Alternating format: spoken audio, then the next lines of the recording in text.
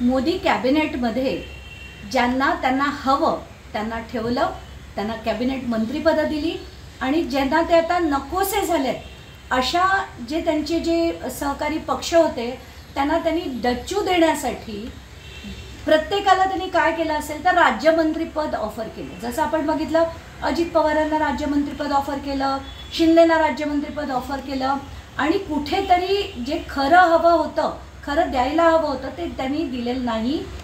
आपण बघितलं एकीकडे फडणवीसांनी बोलताना स्पष्टपणे मांडलं की आम्ही आमचे काही निकष ठरवले होते आणि त्या निकषाप्रमाणे आम्ही प्रत्येक पक्षाला सेम जे निकष होते तेच लागू केले।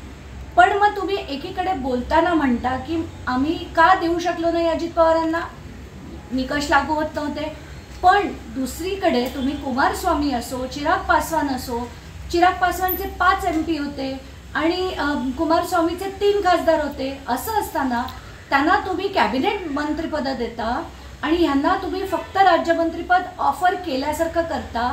त्याच्यात शिंदेनी ते सुद्धा घेतलं, अजित पवारांनी ते घेतलं नाही। म्हणजे याच्यात त्यांचा काही मान नाही, सन्मान नाही।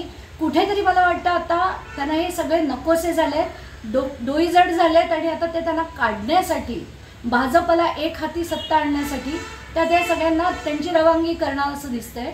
अजित पवारांना त्यांची आत्ताची स्थिती अतिशय अशी त्रिशंकूसारखी स्थिती आहे।